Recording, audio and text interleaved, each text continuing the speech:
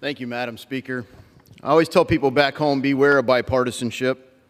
The most bipartisan thing in Washington, D.C. is bankrupting our country, if not financially, morally.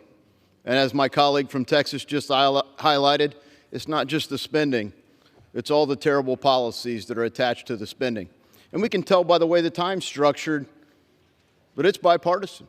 It's 50-50, Republicans and Democrats. The first unit I was in, one of the mottos, in the first unit I was in the Army, one of the mottos was deeds, not words. The words are so good. I was down at the border with the Speaker and 60 of my colleagues, and we were going to fight. We were only going to fund a border that's secure. We're going to fund the government, but only if we secure the border. We were going to make the Senate counteroffer. And by the time we could even get back to this town, our Speaker had surrendered to a Four Corners deal.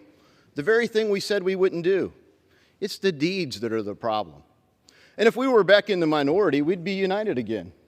We'd be opposed to this. We were. Just a year ago, we were opposed to it. And the words were good, and the deeds were also good. But now when we have the chance to govern, it seems we've lost our resolve. And who's getting hurt by this? The American people.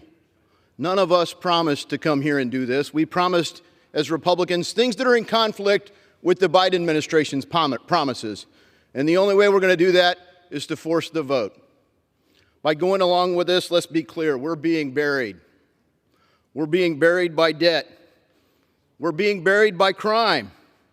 We're being buried by an invasion at our border. Buried by fentanyl, buried by drugs, by suicide, by endless wars, by failing schools, by corruption. Frankly, it's a fatal overdose of government. I wish I could just wake up and it not be true, but it is, and I yield. The gentleman yields.